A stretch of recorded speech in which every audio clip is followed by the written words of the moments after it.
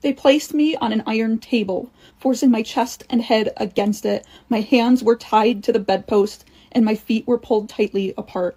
I felt a man raping me. I started screaming, and they began hitting me on my back and head. I was blindfolded and felt him penetrate me.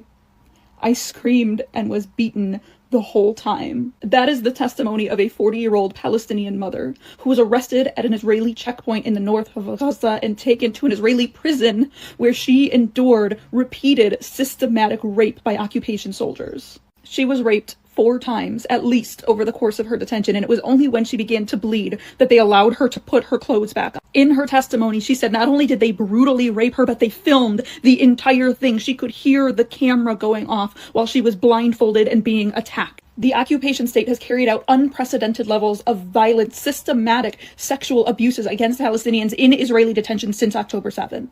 Multiple released Palestinian detainees recounted stories of sexual abuse, assaults, and rape, not just by Israeli prison guards, but by trained dogs as well. The testimony of a 35-year-old Palestinian father recounted how the dog inserted its penis into my anus while soldiers beat us and sprayed pepper spray in our faces. I lost control and suffered a breakdown. Another Palestinian man, a 41-year-old, detailed how he was raped with a wooden stick for over a minute, saying they pulled it out and reinserted it repeatedly. After that, he put it in my mouth. I lost consciousness for minutes and bled a lot. He didn't stop until an officer came and ordered him to stop.